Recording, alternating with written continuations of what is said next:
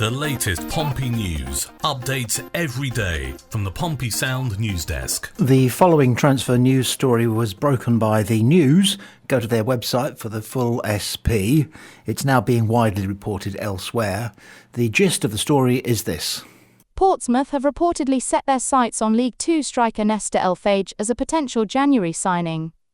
According to reports, manager John Messinho is eager to add more firepower up front before the transfer window closes on February 2nd. Elfage currently plays for Grenoble Foot in the French second tier. The 25-year-old is a towering presence, standing at 6 feet 5 inches, and has chipped in with 4 goals and 3 assists so far this season, for his 13th place side. Now it seems Grenoble might have a fight on their hands to keep one of their key players, if Pompey get their way. Messinho is said to be desperate to bring a new number 9 to FRATTON Park to boost the club's fight for championship survival. Currently in their second season back in the division, Pompey are dangerously close to the drop zone and need a change in fortunes to avoid an immediate return to League One. It's believed Grenoble have slapped a £1 million price tag on the forward, but it's unclear if the South Coast club are prepared to meet that valuation to bring him over from France. Portsmouth's interest stems from the Frenchman's significant height, with the club hoping he can offer a different kind of attacking threat and make a real impact. The Championship side has apparently been scouting the player for months and are now ready to make a move. However, with a contract running until the summer of 2027, the French club are in a strong negotiating position and under no pressure to sell this month. As things stand, Pompey sit 21st in the Championship table, just 1 point clear of the relegation places, ahead of a crucial clash with Sheffield Wednesday. Bringing in a player like Elfage could certainly give Portsmouth a different dimension. His sheer size would make him a handful for Championship defenders, and offer a profile that Messinho's other strikers don't have. While he's shown promise in France, his goal-scoring record isn't prolific, which might be a concern for a team desperate for a reliable goalscorer. Oh, let's hope it's true. Let's hope there's something in this one.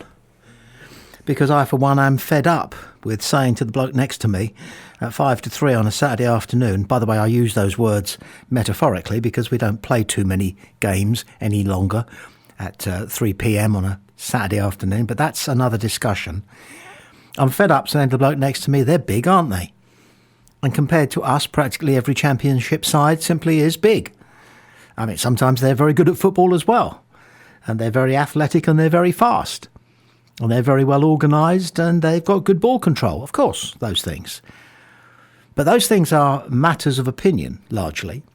You know, formations and skill. But the fact that somebody is 6'5" and your player is 5'10" is a factor. Because there is blood and guts about football. It is a combative sport. It is it's a tactile sport. You knock into each other a lot. And the bigger guy, particularly if he can handle himself and knows what to do with his weight advantage, will win. Even if they don't necessarily win the ball, they will win the mental battle. So a 6'5" centre forward, for me, okay, so this sounds old-fashioned, any day of the week, as long as he can play the game to a certain extent.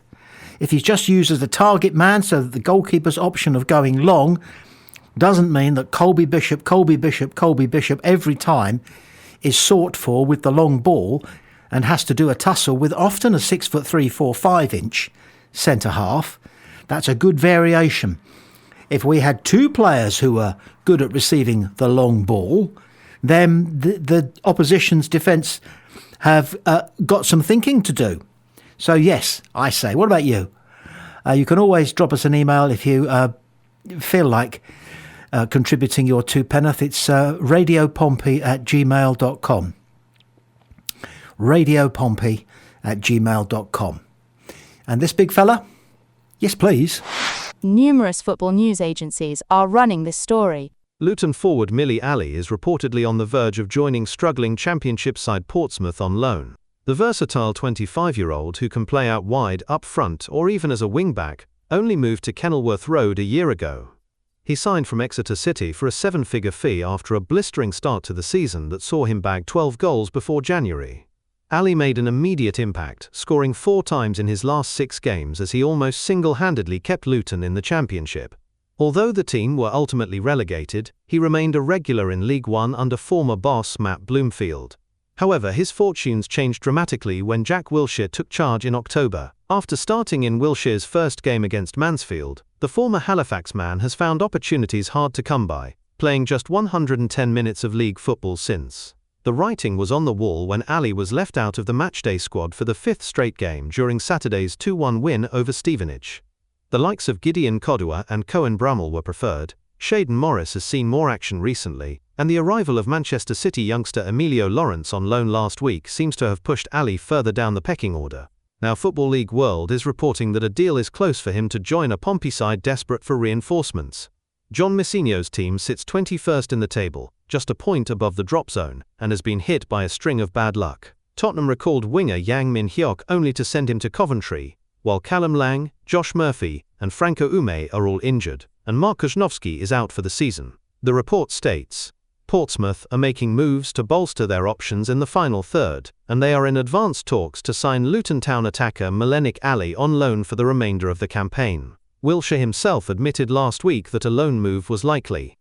I think Millie has to play football. Millie definitely has to play football, he said. He's not a young player who can dip in and dip out. He's at an age where he probably feels like this is his time. I also understand that he needs to play, so we could be open to that, yes. It's just a rumour at the moment, a piece of gossip at the moment, but it's being reported quite strongly in not one but three particular news agencies, as if it's something that's rumbling towards becoming a reality. So Millie Ali, his full name is Melenik Ali, it's A-double-L-I, but I believe it's pronounced Ali rather than anything else. It's not spelt like Muhammad Ali, but it's pronounced Ali in the same way. He's Irish. He's past his very first flush of youth, but he received a great many really enticing write-ups when he was a younger player. And he had settled himself in to life with Luton when Jack Wilshere arrived as the manager, having been interim manager at Norwich. And he's still cutting his teeth. Wilshere's only been in the job about 8 weeks, I think. And if a new manager takes not a dislike to a player, but is unconvinced by a player, particularly if that player doesn't quite fit the way the manager wants the team to set up, then that poor player has got nowhere to go. And in the case of Millie Ali, he can't even find room on the bench. So they're looking to send him out on loan, and he plays exactly where we want him. He is versatile, but primarily a wide right player who scores goals. It crossed my mind that maybe Jack Wilshere doesn't like him because Jack Wilshere himself played a similar sort of role at the various clubs that he played for, including over 100 times, of course, for Arsenal. And Wenger always had some nice things to say about him. But the impression that you get if you look through his biography, and it's a huge Wikipedia entry, is that there was something about him that didn't click. At each of the clubs that he went to as a player, ending up in Holland or Denmark on a year-long contract because nobody else seemed to want him. He was without a club. So he went and finished his playing career in Holland. He played a lot of times for England, according to Wikipedia, 35 times. Arsene Wenger described him famously as a Spanish player with an English heart. Liam Brady, who he has been compared to, the legendary Arsenal midfielder, said that he was concerned about Wilshere's temperament. But that didn't emerge on the pitch or only occasionally off the pitch. However, is he a sound judge of a footballer? Time will tell. Are we getting Melenik Ali? Refer you to the answer that I just gave. Time will tell. John Messinio says Min-hyuk Yang's time with Pompey was a success. There was always a possibility of Min-hyuk going back to Spurs, and we heard about the possibility of it a couple of weeks ago. So it wasn't a huge surprise and is something we were prepared for. They just wanted more minutes, so that's fine. We haven't given him a huge amount of minutes recently, and we live with that. When you strip everything back, 3 goals, a number of starts, a number of appearances, I was pretty positive about the way things were going for him. There's obviously an expectation for him from his own perspective to come in and play, but as a young lad in a side which isn't firing at the top of the league, I thought he had a really good impact. In that short time he had a good spell at Pompey. You can talk about physicality, but I just think he was a different profile, still a young lad, not the biggest anyway, and brought different qualities to the side. That Charlton game was a good indicator of the level, and where maybe out of possession it was a difficult game for him, but he popped up with the winner because he's got so much quality. His best performances were probably off the left. Instead, he subsequently featured on the right wing on 2 occasions. Against Middlesbrough when he scored against Watford. He had the contribution against Leicester as well, away from home. So he was better on the left-hand side. I think it's fair to say that he was more successful off the left-hand side. Whether he was better, well, that's a value judgment. And I think probably most fans would say they just aren't sure one way or another. But we used him as we had to use him. And when he arrived at Pompey, he surely must have been made aware by his people, if not by Pompey, that there was a possibility that he was going to be competing for a place in the starting 11 with Josh Murphy, who is considered by many people, many experts, to be one of the most, if not the most effective wide attacking player in the league, in the Championship. So it was going to be difficult for him to actually nail down a starting place. Now, John Messino is being careful to make sure that Spurs hear that it was a successful loan period, even though it didn't run its full course, because it's important for Pompey that we are seen as being a club that knows how to look after loan players.